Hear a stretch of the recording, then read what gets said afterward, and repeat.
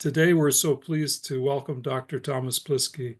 And Tom is a distinguished scholar, professor, and author. And we put his bio in the flyer, so you'll be able to read the details there. But at the bottom line, I feel that he's truly a Renaissance man due to the breadth and depth of his many interests. And today, we'd like to ask Tom if he'd share with us some of his current thoughts on spirituality and sustainability, and also the role of education, and also his thoughts on Dr. Joe Holland's recent presentation. So, Tom, if you don't mind, I'd like to turn it over to you.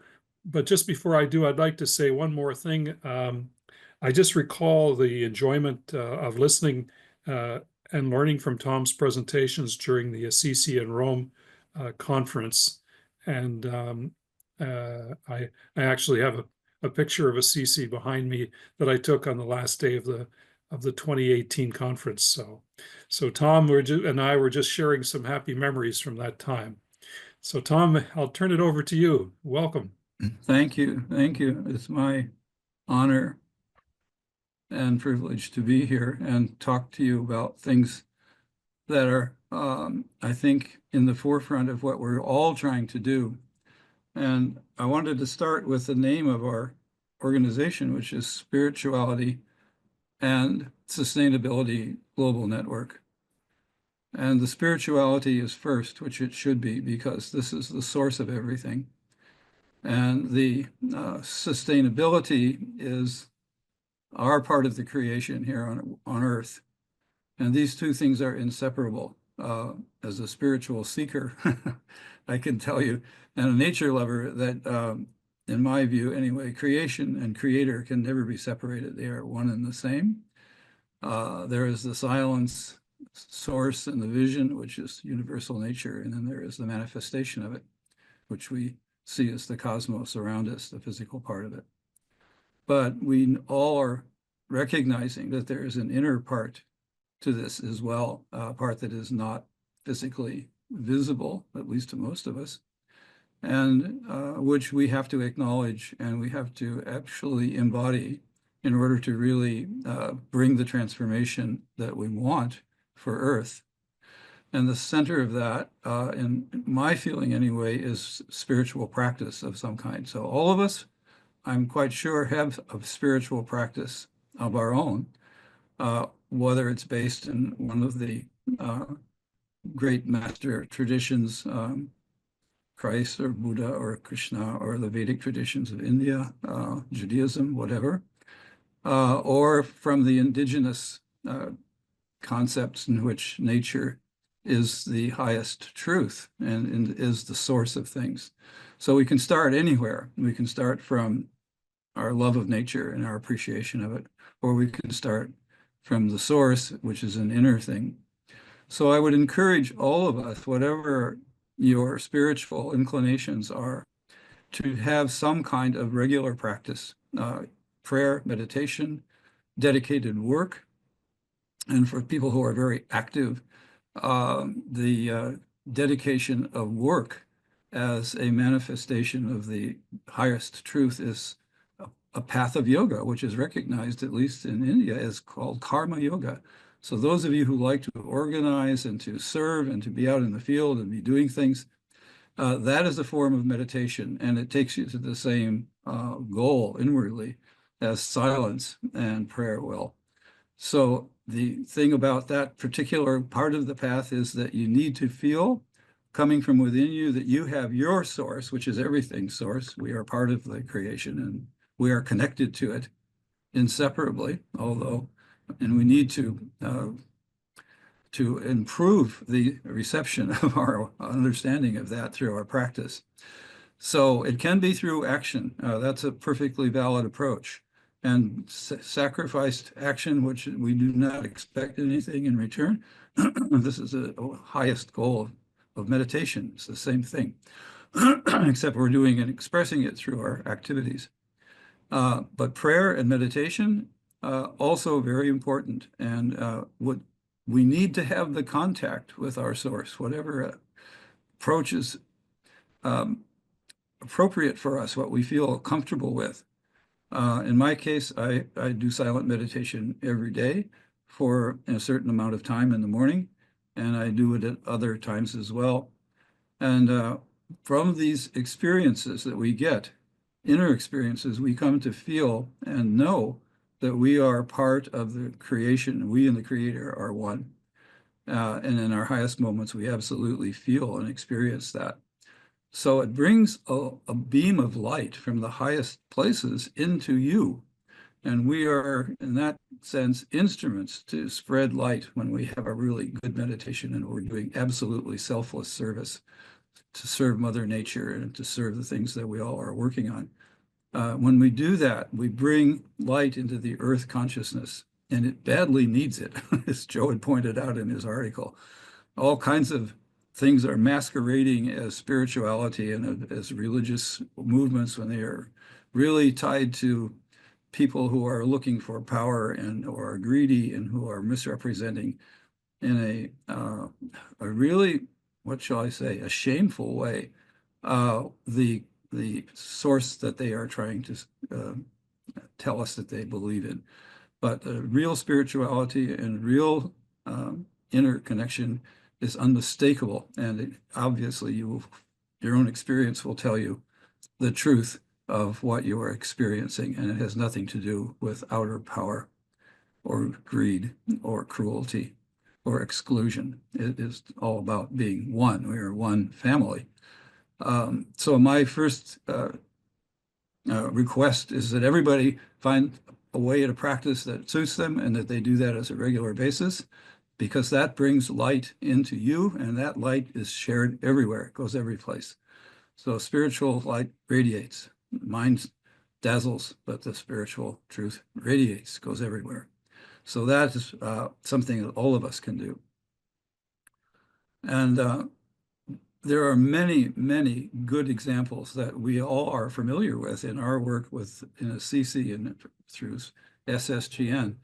Certainly one of them is Pope Francis and his Laudato Si, in which he's making very clear that the Creator and the creation are one and the same. And if we accept one, we have to accept and take care of the other. So I was so overjoyed when that encyclical came out. I have 2 copies of it here, and I gladly give it away to anybody who wants to read it.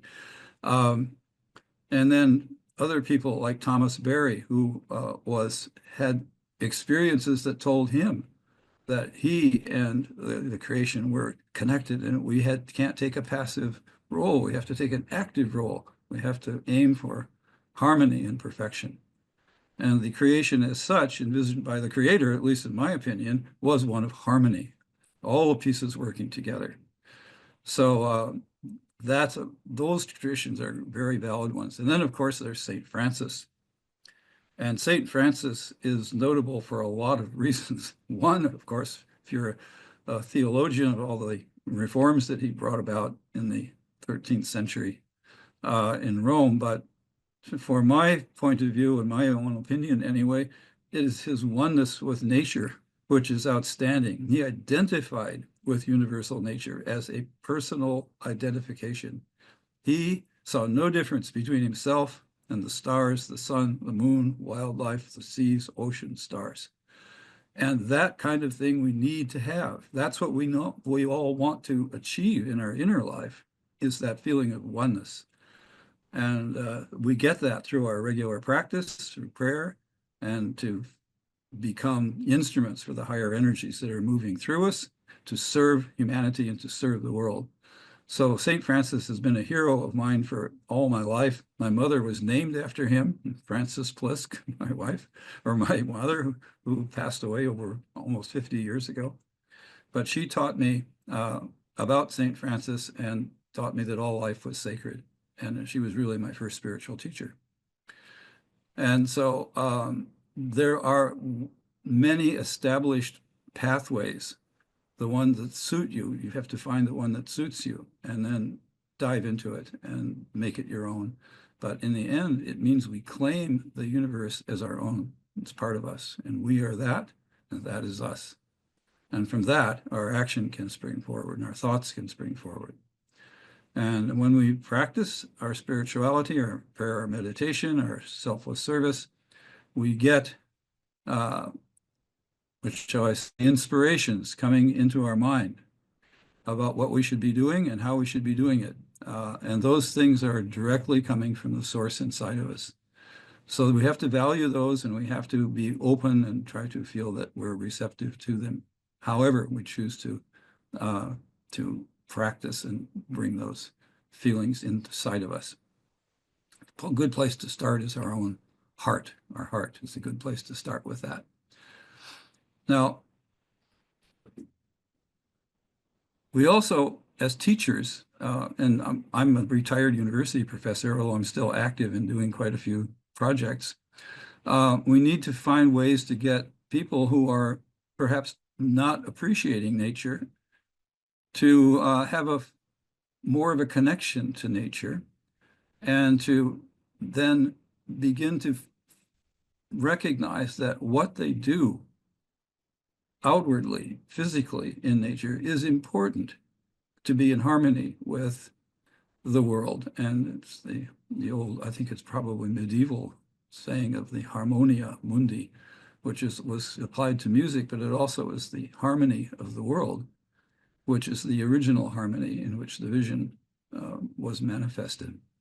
So one of the things I used to do with my ecology classes and my sustainability classes and my deep ecology classes is I would, before we did anything in the class, kids came in, sat down, and I said, take out a piece of paper. I want you to write something down for me. Don't put your name on it. It's anonymous. It will not count on your grade. And if you don't want to do it, don't do it. But if you do it sincerely. And I said, what are the 5 most important things you get from nature as you understand nature to be? And it can be anything. It could be something physical. It can be something intangible, like love or beauty. Anything you want, you can put down, but no names, please, and it doesn't count. And I got maybe a couple of thousand people to do this over the years, and the results were really quite amazing. And these were just absolutely spontaneous answers that these guys and girls were giving me. And the top 2 intangible things that were on the list in nearly every group, were 1, the experience of beauty, and 2, the need for inner peace or freedom from stress, anxiety, same thing. Peace and beauty. And after I would then count everything up and give the students a report on what they had told us. And I said, how many people need less beauty in their life? How many people need less peace in their life? And so these are the things that we're trying to preserve when we take care of nature. There are things that are important to us, along with the other many, many physical things that people wrote down, like clean air, clean water, food, so on. So I said, we have a stake. We're stakeholders here. And we need to act as if that's important. So that was one of the first ways we started. And then in my Ecology of South Florida class, I had everybody, it was a requirement to pass the course. And I said, you need to do a survey of where you live. We called it a wildlife audit. But it included things that most people don't know about where they live. One of them was what the original community was like before it was ever developed. And a lot of people were surprised to find out that where they lived was underwater as part of the Everglades, or that it was, a cypress swamp or something like that. And they said, I never realized that. And they had to really do a lot of digging to find out what was there before any development happened or any changes to the landscape. And the other thing they had to do was to make a list of every living creature, plant and animal, insect, everything which shared their particular home with them, their yards, whatever it was. And people would say, well, I live in a condo and all we've got is a little bit of lawn down there in a driveway. I said, well, go down and look and see who's there. You'll find somebody's there. And sure enough, we'd find a few lizards and some insects and so on. And that was a way to talk about biodiversity. But people had to actually go out and find out what was living there. And if they didn't know what it was, they could capture it, and I would tell them how to capture it and bring it in safely to class. So we got all kinds of lizards and spiders, insects, a snake a couple of times, and we could had little sessions where we would identify all these things and talk about where they came from, and then whether it was native to Florida or whether it was an exotic that had been brought in by people. And so people began to think about the environment in a new way. And also we took them out on field trips into all of the major natural systems in South Florida, which were the Everglades, including wading out in the middle of the swamp and where you're up to your knees in water. And then I said, just don't anybody say anything, just take 3 minutes and just see what you feel from this place. And once people got over the fear of being in what they considered an alien, maybe hostile environment, they began to feel things which they really felt very positively about it. And a few people, it was really transformative. And we're talking about transformation.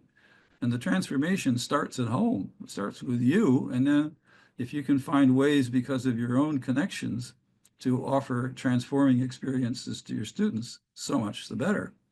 So those are some of the things that we've tried and been, I think, pretty successful. And just before I left the university 6 years ago, I was teaching a course of study abroad in Costa Rica, and we spent 4 weeks touring through the whole country looking at the ecology and the indigenous peoples and their beliefs. And it was a remarkable experience for everybody, including me. So those are some of the things that we've tried. And another thing I want to mention briefly before I stop, and then we can have questions, is that I've worked with some people who are educators. One of them is my colleague in New York City, Martha Keyes, and she had originally developed with Moorhead Kennedy, who was an original hostage from Iran 40-some years ago, and an expert in web design and engineering. And we've created a simulation game which students can play. It's called Fire in the Forest. We have a website. It's called fireintheforest.org, just like if fire in the forest, no spaces.org. And you can see what that's about. But it basically deals with a contentious land management situation in the Amazon basin, where, of course, we have a crisis in the management of the natural resources there. And it is divided up into teams of stakeholders including indigenous people, settlers who have been forced to move into the forest because they have basically wrecked the environment that they were farming before, people from government, people from conservation areas, people from banks with debt for nature swaps, and some counselors and news organizations. And everybody plays a specific role in Fire in the Forest, not just a general role. They take on a personality of an indigenous tribesman or a tribeswoman, or a settler farmer who, can't stand the forest and thinks that all native peoples are dirty and stupid. So everybody has to step into somebody else's shoes and then identify with that point of view. And then they are tasked through the process of the simulation to come up with a settlement for how to manage this land with everybody getting something out of it and finding what they have in common. So this is, we've had a lot of success with this. It's been done with over 100,000 people, and it really works. People really, really understand what's at stake for these contentious situations.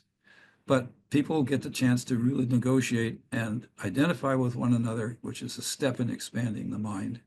And what we're after, of course, is to expand the mind as far as it will go, hopefully globally, universally. But we start with listening to one another and moving on from there. So anyway, that website's there. Check it out. Anybody wants to try it out in your own schools, by all means, do it. I'll see if we can get you a free copy of it. Okay, I think I'm going to stop there. Otherwise, I'll, God knows, it's probably already more than 20 minutes. Thanks, Tom. It doesn't matter. We're flexible on timing. Okay. And Kalisha, if you could unmute everybody, and then we can have a conversation. Well, thanks, Tom. That was we covered a lot of different areas, and but it all fits together, I think. Um, would anybody like to make a comment or observation on the subjects we chatted about? Please unmute yourself on your computer. You and I are unmuted already, right? Yeah. Okay. Let's see. Kalisha, can you unmute everybody from your side? I could ask them to unmute. Yeah. Okay. Oh, good. Father Fidelis is unmuted. I see. Good. Hi. Nice to see you. Um, Good to see you. Hi, Joe. Hi, Elizabeth. Glad to see you. Hi, Tom. I'd like to. Hi, Joan. Please, Hi. please go ahead. I just wanted to say thank you. I'm here at the invitation of encyclical. I run a climate action team at our congregation, and I've been an activist in climate now for about 10 years. But I have never before thought of this as a spiritual practice, Oh. and I am very grateful to have it included because I do spend much of my time trying to encourage people to act and make changes. And it is, I have been in love with nature since as long as I can remember. But I just have never thought of what I'm doing now in that sense. And I appreciate that. Thank you. It's very true. And I think that's one of the things that gives certainly me great strength is to know that connection is there and it's there in you. And you communicate that to the people that you work with. And one of the other things I didn't mention, but I used to teach the course in sustainability, and we had everybody do an audit of their house, an energy audit. Say, where does the energy go? What are we doing? What do we do with our materials? Do we recycle things? I mean, just again, making it personal and connecting that to a larger audience, which is humanity, and also the impact on nature. So we have a lot of the papers that we got in were very, very interesting, and everybody had a different story to tell. And it was we had a session where we all talked about what we discovered doing these things. So it's something that gets them involved. And again, as a personal thing, what I do makes a difference. What I think makes a difference. What I feel what makes a difference. And what in your case, and hopefully some of your students, the love for nature is there as a deeper motivation. So it's wonderful. Good, good, good. And I thought what Joan said is very interesting because I once read what in the opposition to the Vietnam War, there was a pacifist Catholic worker movement in 1964 was very active, but and up until 1970s, and of course there was the Berrigan brothers, and I remember that Daniel Berrigan once said something very interesting that really struck me as profound. He basically, to paraphrase him, he said that movements, social movements, or he was referring specifically to the anti-war movement, but it applies to all kinds of social movements. He said that without a spiritual foundation, it is very hard to sustain a movement. And I thought that was a very, resonates with what we're talking about. I remember, I'm old enough to remember those protests. Yeah, there has to be something which recognizes that we do not own the actions that we do, whatever they are. We offer them. It's self-offering. That's in my particular work with my teachers, Sri Chinmoy, I've learned that, you know, the way that we serve is we serve without expectation. You offer that, whatever it is, and then hopefully somebody will be inspired, but we can't expect. So that's an old lesson from the Bhagavad Gita. You have the right to the action. You must act, but you have no right to the results of that action. Those belong to the highest. So true, yeah. And it also, I think, teaches us patience, because many of the changes that we want to see will not take place in our lifetime. Some of them have been in the process of being brought into creation, into manifestation for centuries.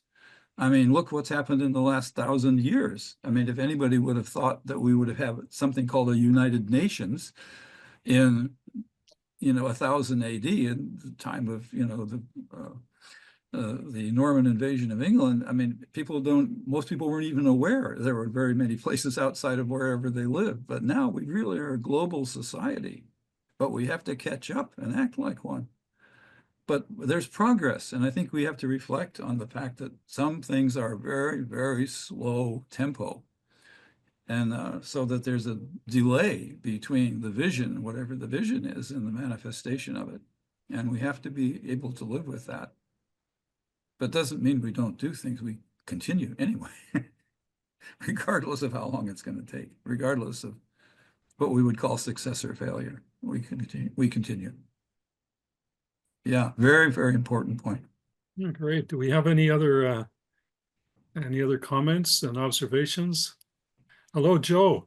Can you unmute yourself? Thanks for the reminder, Jim. Okay. Hi, Joe. Hi, Tom. Great to Good to see you. Good to see you. Surrounded by your fruits of your labor there. I was just wondering if you had any stories about your students or people on your programs, that how the exposures to nature affected them in the long term. If you just any individuals sort of stood out in your mind to share a little bit about. Yes, there are quite a few. I've been doing this for so long that some of my students are now, former students are in their 50s and 60s. And I do meet them sometimes, and I get people who said that, it really inspired me to learn all of the things that were in my yard. I had no idea, and it's really changed the way I see things. And I had one young woman who was a brilliant student, and she finished the class, and then she decided that she wanted to go into environmental law, and she ended up going to law school, and she wants to practice environmental law.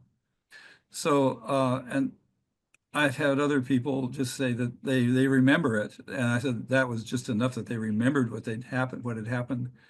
So yes, I think that it's true that even if we don't know what the results are going to be with people who we interact with, everything is recorded at some level.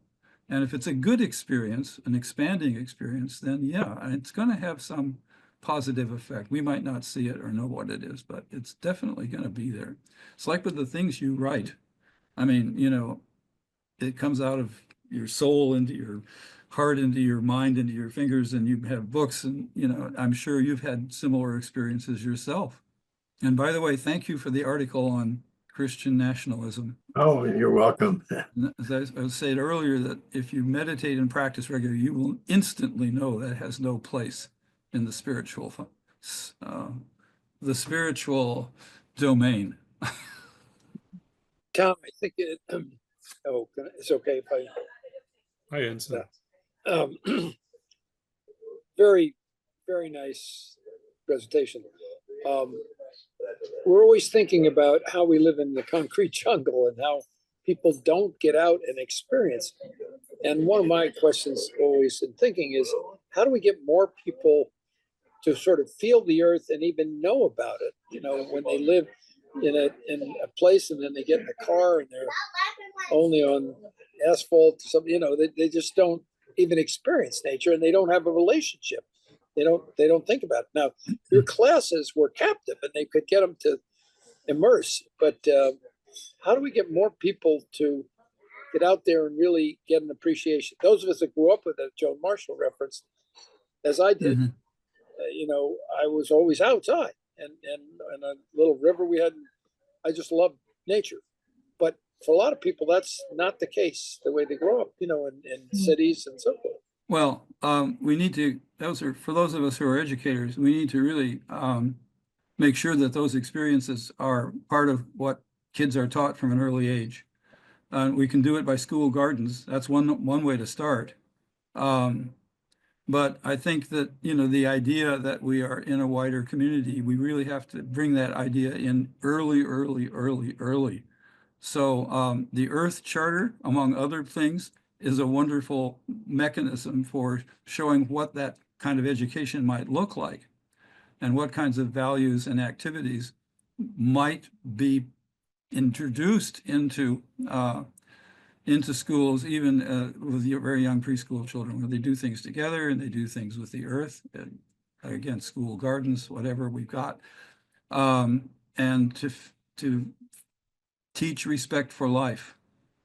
So I think that we really have gone overboard with technology, and we are not stressing the right things.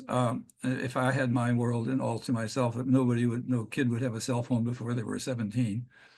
And so we need to have the contact with each other, and we need to have contact with nature, and it has to be built in from the system from the very beginning. I'm very fortunate, as some of you were. I grew up in rural communities in North Carolina and in Michigan. When I went to college in Amherst, Massachusetts, we were surrounded by nature. So I never missed that. But I met people in my college classes who were scared to death of nature. They felt it was something that was dangerous. And their parents didn't want them to go on the field trips because of snakes. And we had to assure people that we had anti-venom and, you know, all these other things that we took with us. We had people who knew how to use it. Nobody was going to, and then I would go first. And if somebody was going to get snake bit, it would be me.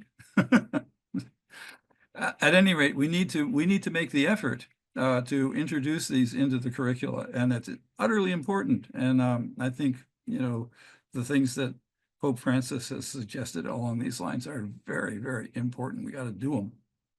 And the Earth Charter, I tried to get some of my students as a project, to go into schools and see if they could introduce the Earth Charter. Nobody took me up on it, but it's worth trying.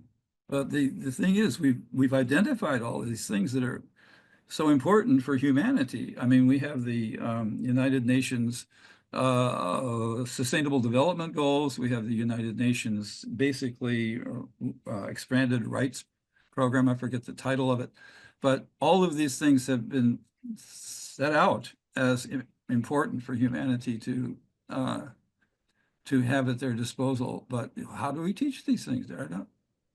We need to have them taught, and it needs to be from the very beginning. And my teacher was very upset when he found that that no longer was prayer allowed in school. He said that was a very big shortfall. It should never happen. And, you know, non-denominational, obviously, but the spiritual part, of course, has been sacrificed largely at the altars of science and math. So it's been very hard. But we have to find ways to include those things which we clearly all feel from nature, and we need: the peace, the beauty, the oneness, the expansion of our consciousness. And we need to make sure we can provide that somehow. So I'm challenging everybody, find a way. If you fail, don't worry about it, just keep going. Father Fidelis and then Joyce. Father, welcome. Yeah, thank you for the opportunity.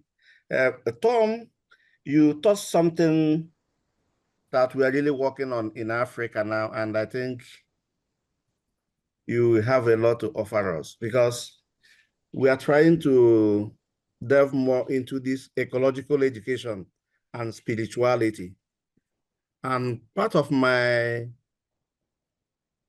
argument is that the education the young people, or the education we received and the ones the young people are received are really not in touch with reality.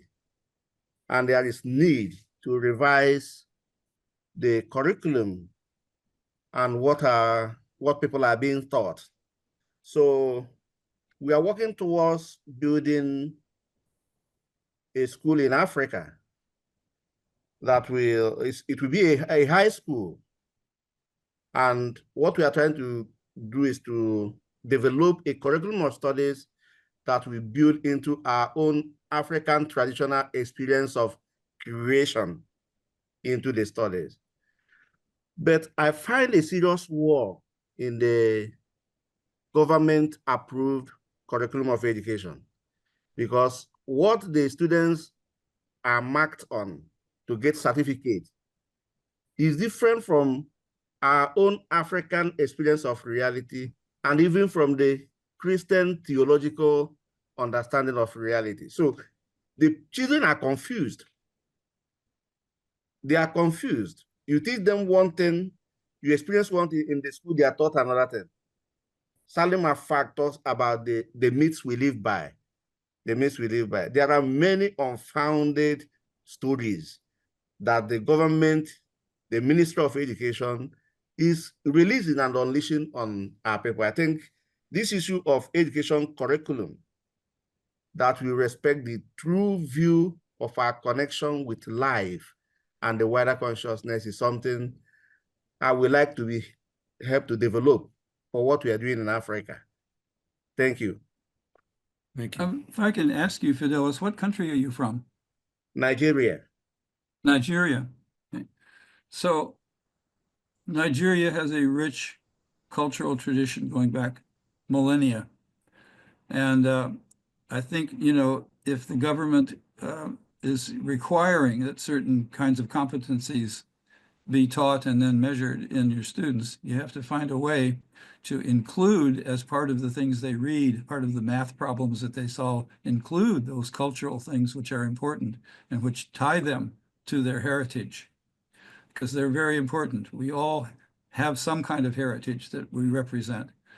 And I think that you have to really, you have to be a divine subverter of government policy in order to do that. And I think you know how far you can go, but you know, you try to find ways to introduce the things into school activities which are in harmony with the things that they need to learn according to the standards that are being set from outside. But at the same time, stress the uniqueness and the value of their Nigerian heritage. And without that, then something's very, very starkly missing from their education. And I've learned this myself by working with indigenous people in Latin America and also meeting them in Australia. And I felt absolutely humbled by the wisdom that I picked up from these people. And it was something that was, to me, just absolutely stunning. I'll give you an example. When I was in Guyana about 50 years ago, I was with a team of researchers that were looking at forestry projects, and we met a man who was an Arawak Indian who had lived in the rainforests of the lowland rainforests of Guyana for his whole life. And he was a man who could identify a tree by looking at its bark. Now, most botanists I know, including me, identify things through flowers, fruits, and leaves. He could look at the bark and I can say, yes, this is a greenheart. This is a Inga. This is something. And I said, how do you know? And then he would go into how the patterns of the bark. And where did he learn that? He learned that from his tribal culture because he was obviously very, very connected to the plant world. So we need to find those things which harmonize with science, in this case. He was invaluable. We could never have done what we needed to do without his help. He was the only person who really knew that kind of thing. So, these are that's a small example, but all cultures have that very close connection, especially indigenous cultures, with their environment. The environment is everything to them. So we need to find ways to bring that into and perpetuate it and value it. Otherwise, as you say, we'll be the losers. Yeah, I really, really sympathize with that, with this whole thing. And the indigenous cultures are just beyond description in terms of the things that they understand about man in nature. It's boggles me just to think about it. I've written stories about it because some of these people I got to know quite well. Thanks, But Tom. thank you. That's such an important point. Yes, so important. Joyce, if you could unmute yourself. Elizabeth, Oh, okay. And Also. Joyce and Elizabeth. Hi, Joyce. Well, Joyce, if we're not connecting on the audio, but maybe what we let Elizabeth speak, and then maybe we'll get back to you. Okay. Tom, nice to see you. You Very, too. very nice.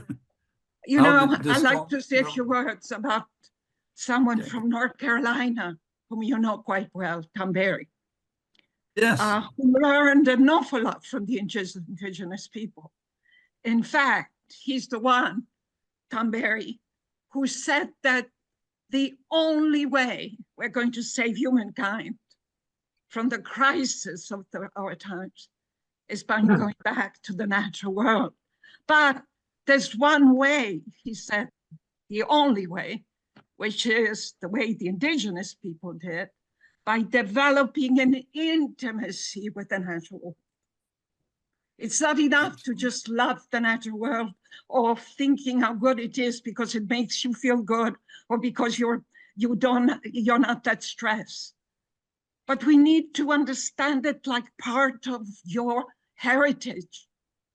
That's the way you're intimate with your spouse or with your children or whoever in your lifetime. And I want to add to that extremely important point, something that the Roman Catholic Church is doing right now.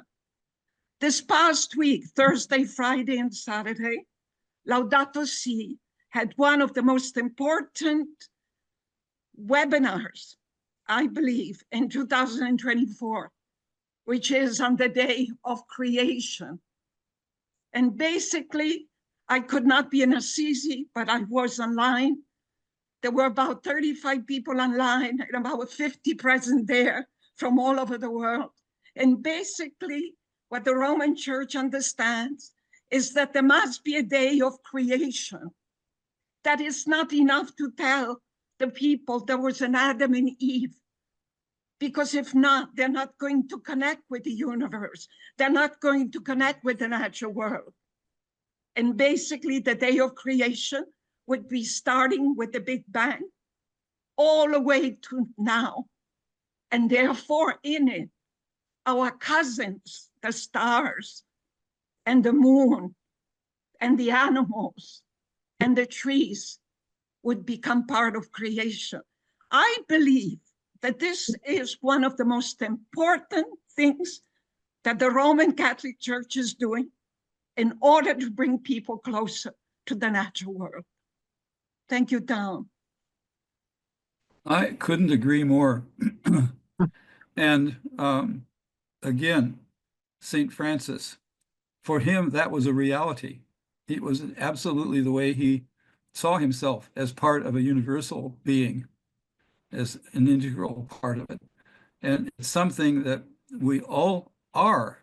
And Tom Berry understood that. And the universe story and the things that have come from that connect the outer part of creation, the physical part, with the inner part.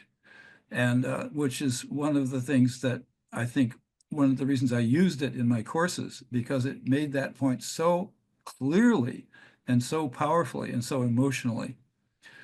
So yes, we have to have that. It has to be something which is not just appreciation. I mean, as an entomologist, I've learned thousands and thousands of insects all over the world.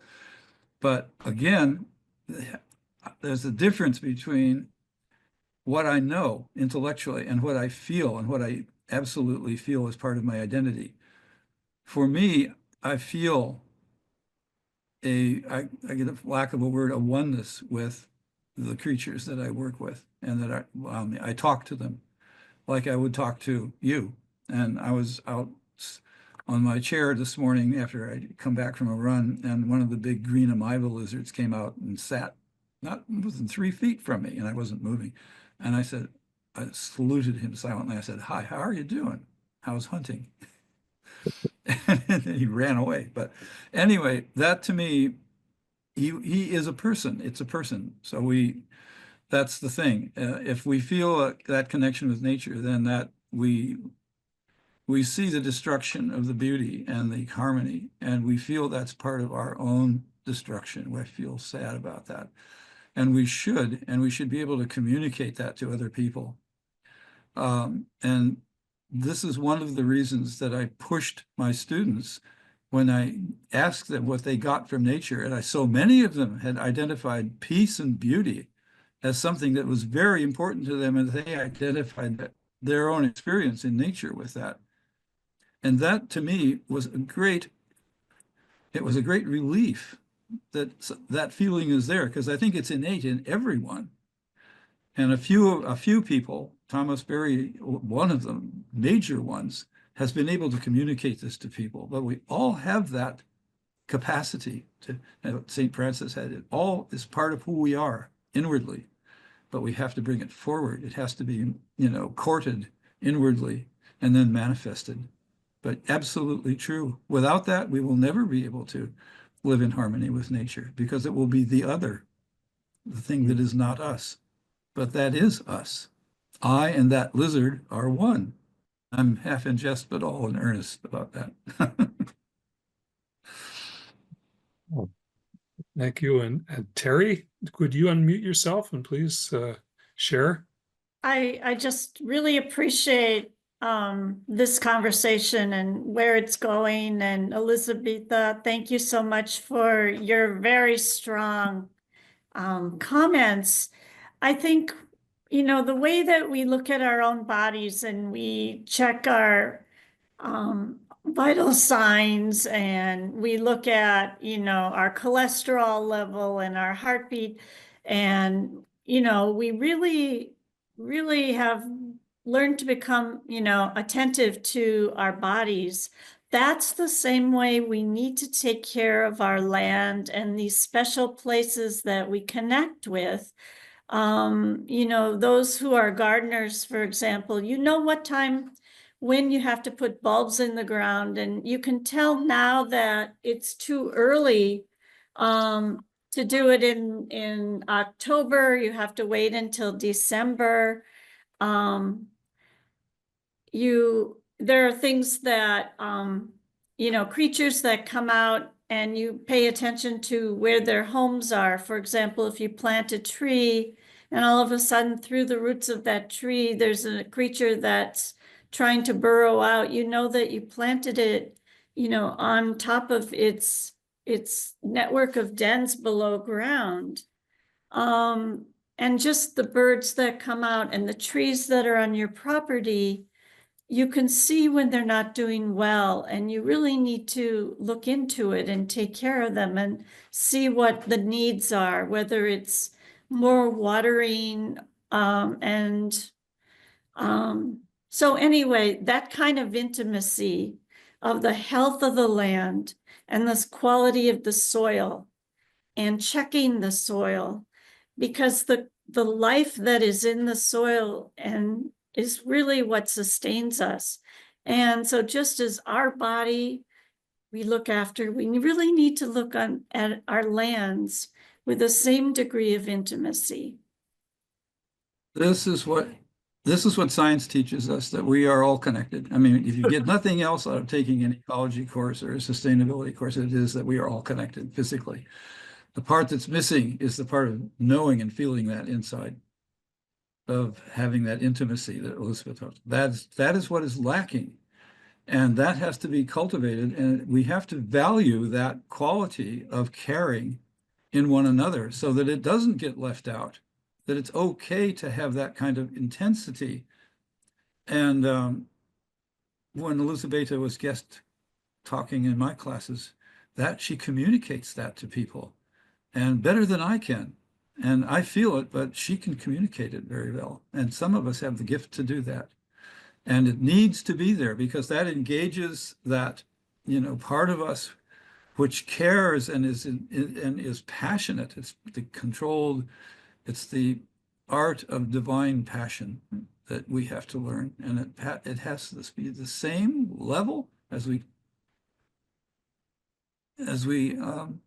experience with caring about our own body, because it is all our own body. And we do have to take care of all of these things. And we have to work together because nobody can do it by themselves. That's the thing, is that we need to really work together because we share everything in common. This is our earth home. And those creatures are they are part of us. Evolution science teaches us we all came from the Big Bang. Everything connected from the very beginning. I mean, and this is a metaphor for what's happened in the inner world, in the spiritual world. It is all together. We're all together. There are no extra people. There are no things that don't belong here. The things that are belonging are the lack of awareness, and that we have to change. That's our job. We have to inspire people to wake up and do it in a kind way. Not that you're asleep, you idiot. You have to smile and give them experiences that help them find their way. So all of you guys are doing this, and I'm so happy because I'm preaching to the choir. I'm not preaching, but I'm talking to the converted here. And but we need more people to join in. And I've in the years since I've stopped teaching, at the university, on one level, I miss this contact with students. The university bureaucracy, I don't miss at all. But I've been writing things. I've been writing fiction, stories, all kinds of things to try to express my feelings in ways which I couldn't do in a university setting, but which I can do in my comfort of my own little den here in my house. So yeah, we really need to feel that. And I think it's something that my mother taught me when I was a young child. And she caught me, really being a little rough with one of the creatures I'd caught. And she said, no, that you can't do that. That creature feels what you're doing to it, and it's afraid. And I was absolutely shocked. I think I must have been about 4. And she says, no, think how you would feel if I picked you up and did that to you. Yes. And that happened for me to be, an epiphany for a 4-year-old. But it stayed with me all these years. That's the way she felt. And she was she had the gift of communicating that. Tough love. And Joe Holland, I think you had something. I wanted, thanks, Jim. I want to go back to comment on Fidelis. But before doing that, I want to mention that Tom has published 2 books. They're excellent. If you just put his name on Amazon under Thomas Pliske, and they'll come up. And there's a 3rd one he's already written that I haven't published yet from Pachamateras Press, but I want to recommend. We've done 3. There's a 4th one coming. Oh, wow. Wonderful. More the merrier. I had I'm 2 so thoughts. grateful to you. We're so grateful. Some thoughts about Fidelis and, that the traditions of the people are not recognized by the curriculum. This is not to solve the problem, but just indicate how much worse it actually is and how deep it is. And maybe by understanding how deep it is, we can show that the emperor has no clothes. This is just crazy, and discredit the logic of the accrediting agencies and the people who write the curricula and all of that, and wake them up. But the first one is that the entire history of civilization is a history of warfare against indigenous people. Much more advanced in the modern period, however, because the weapons were much better. So that, Freud thought civilization was based on the repression of sexuality. In fact, it was based on the repression of indigenous peoples and their wisdom traditions. So this is really a massive problem. A lot of indigenous scholars are writing about this now. This one that I quote in the article and that paper I just did. I think he's Cherokee. He's a lawyer, a legal scholar. He does an excellent job of going all the way back to the Greeks. And Aristotle, although, he spent a lot of his time among the Macedonians. His father was a doctor to the king of Macedon. And the Greeks considered the Macedonians barbarians, tribal people. So maybe that's the reason why Aristotle, the whole methodology of all his philosophy, different from Plato, who wanted to escape from nature and go up to the heavens. Aristotle's way was, we're just part of nature, and that's all there is. We learn from nature, we are within nature, et cetera, et cetera. I'm sure he must have learned that from the Macedonians, the Macedonian tribes.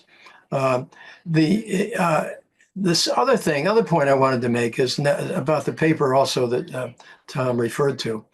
I drew in the paper in the beginning on the thought of Emmanuel Mounier, who was in the first half of the 20th century, a great French Catholic philosopher who was in a study group as a young philosopher with Jean-Paul Sartre, Paul Ricoeur, all the famous philosophers of that time.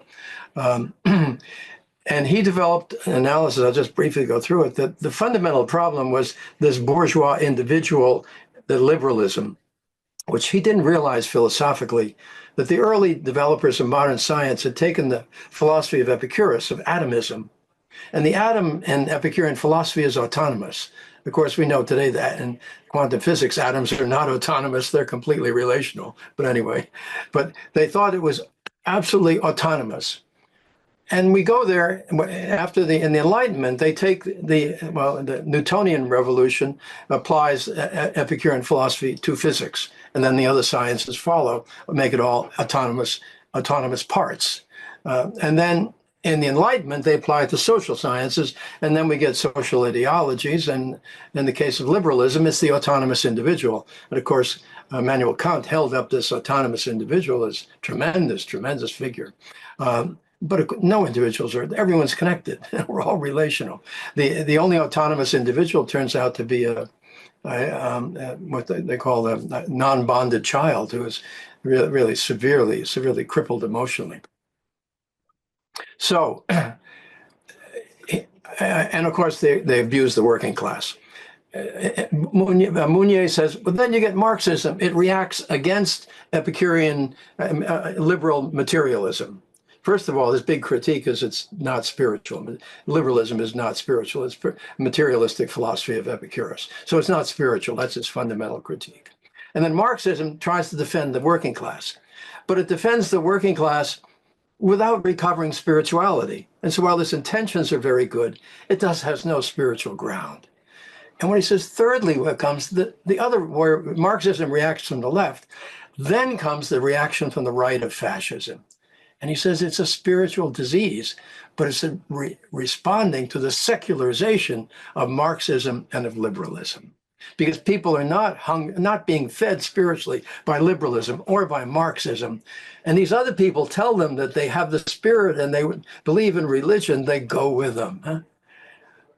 So there would be no solving the problem of fascism ultimately. And Mounier said, even though it was beaten only by industrial military force in World War II, it wasn't beaten intellectually. Just the power, especially of the Russian army and the American army, beat it. He said it would come back. It would come back. And then we had this period after the war where it seemed everything was wonderful and liberalism was very great, but now it's come back. And the only thing they'll be able to stand up of it is the recovery of the indigenous traditions of all peoples, including the peoples of North America. Our own rooted indigenous traditions and the native peoples, because we're part of that now. We eat all the food and drink all the land. We're part of this land, but also of our ancestral traditions, in many cases are European or wherever else. So that the antidote, I think, to the tremendous problems that we're going into, there is none except unless you go back and retrieve the spiritual ground, which is within nature itself, revealed within nature itself, I think. So I'm saying that those are strong arguments, Fidelis, I think, that we can make to the powerful people to show them that the emperor has no clothes. They're producing a very destructive form of education. Yeah. Yes, indeed. In the Indian system, which really is where my master's is based, they talk about the kinds of forces that can operate through human beings. And in a very general sense, one of them is the Asuric force. And the Asuric force is the centered in the sense of self, of ego. And its major manifestations and qualities are the lust for power, greed, cruelty, and self-indulgence, which are things that we would normally associate with an animal consciousness. That's the Asuric approach, and it's something that humanity is very gradually evolving away from into what they call a sattvic consciousness, or one which is spiritually motivated, in which, you know, we recognize the divinity of one another, that we are ensouled beings, and that nature is the theater, also alive and provided to us for our for the theater of our becoming. So, and the other thing, it's very clear, and again, I'm drawing on Eastern traditions, is that every time that there is the creator has said, we're going to go forward and we're going to have a higher level of human awareness, the Asuric forces come out in force and try to prevent it. Right. And they are merciless in their attempts. And so, yes, the thing that will save us is the ancient connections that lead us to say that we are one human family. We are one family, including the earth family. And that we have a community of peace and a community of life.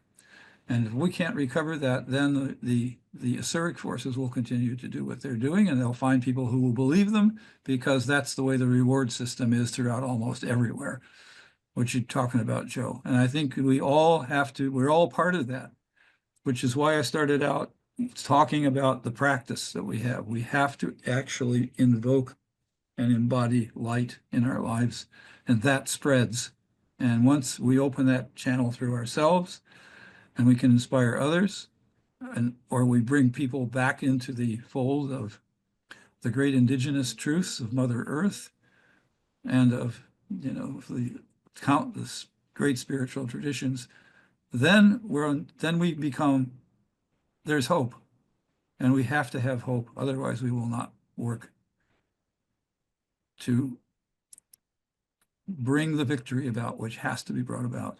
And we have to have the victory. And that's the promise of the creation, is that we shall, in fact, reach a level of perfection, which Teilhard de Chardin called the Omega point. And it was a point of absolute unity with what he called the Christ consciousness, but that was the universal consciousness. It included everything. And he was a great French philosopher. He belongs in there with Mounier and everybody else. Joe, you know that. I know, because they were friends, Mounier, and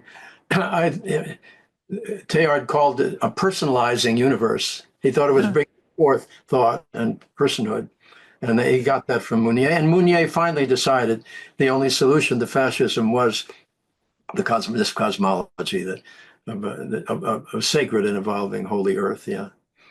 Yes, indeed. Well, it's a long slog, but we gotta continue. We can't quit. If we quit, we'll be drawn back in sooner or later. Can I say something? Yes. Of course. Yes, I'm very, very interested in this discussion this evening, because I think it's touching the heart of where the Spirit is leading me. And I noticed that the sustainability program is really a war. It's really a war. It has a strong political undertone. Vine Deloria Jr. wrote a book entitled For This Land. And as Professor Joe said, the history of civilization is the history of suppression of indigenous people. Our people say, Alanye, our land, Alanye. There is that emotional attachment to land in my place. And you notice that the government is using the modern nation arrangement to alienate the people from their land. And currently, the big capitalists from the West are using our politicians to take over the people's land. They call it development and they destroy everything. Yeah. So in what we are doing, the project now, I've tried to organize a lot of our young people, our educated people, and even some politicians. And I'm bringing them to consciousness of what is going on. We are meeting. Elizabeth, Jim are aware of, Professor Joe, they are aware of what we are doing. But the thing is that there's a strong political opposition to what we are doing, even in the approval of certain things from the government quarters. They want to clamp it down. So it's not so easy. And I think that's where this networking is very, very important to help study what's going on. Bill Gates went to Nigeria. He wants to destroy our crops and bring the GM food. Wow. Oh my gosh. Yeah, that's what he wants to, he's investing billions in Nigeria to destroy our natural crops and bring in the GM food. So this global conversation we are having, I think I really need your help because I'm doing some work of conscientization of my people, raising consciousness of the destruction of my people and my land. Thank you. Wow, Fidelis, yeah. Jim, I can't hear you. You're saying something, I think. Sorry, I didn't unmute myself. Oh, okay. Yeah, I was just saying that's a very good note, I think, to conclude this evening on some very profound points, and including a point of action in helping Father Fidelis and his initiative. And I think it also applies to a lot of other countries, both in America and, for example, I know in England, within the last few months, one of the largest investment companies in the world, based in New York, convinced the British government to impose an inheritance tax on small farms in order that this corporation could buy up the small farms and turn it into mass agriculture. So the same problem is going on in Europe as well as America, the loss of the family farms and the connection to nature. So I think we share a common challenge in changing direction. But anyway, I want to thank everyone for a wonderful evening. I've really. Jim, could I just throw one more thing? Fidelis, you may be aware of this Fidelis book, The Divide. I want to really recommend this to you. Maybe someday we could have a little study group or something on it, or maybe I can review it. But the subtitle is Global Inequality from Conquest to Free Markets. And by Jason Hinkle, who wrote a wonderful book about ecology also. But this is just an incredible, I mean, the World Bank, the International Monetary Fund, African Development Bank, South American Development, oh, that's what they're doing. This is exactly what you're saying is happening. And it's been that way. And all the loans and everything are not to develop the countries, but rather to really radically transform them into just instruments of plunder, you know. So it's a massive, massive global process we're facing. And I just want to say that Terry suggested that the film Common Ground as well. And I was going to say they will send you a copy just for the cost of postage, a DVD of the film. Oh, good. Okay. Interesting. Well, once again, thank you. Thank you so much for everyone. And Father Fidelis's email is in the chat column. And anyway, I really enjoyed tonight very much, and I want to thank everyone for a wonderful program. This is the last program of our conversation series for the 2024, and so we look forward to another starting our presentations again in January, and working on another. This will be our second year starting in January, and so we're looking at a lot of exciting presentations that will help us in our missions. So thank you very much, everyone, and I hope you have a beautiful evening. And I hope Thank that we you, bring Jim. Thank you for your leadership. Thank you, Jim. You did a great job.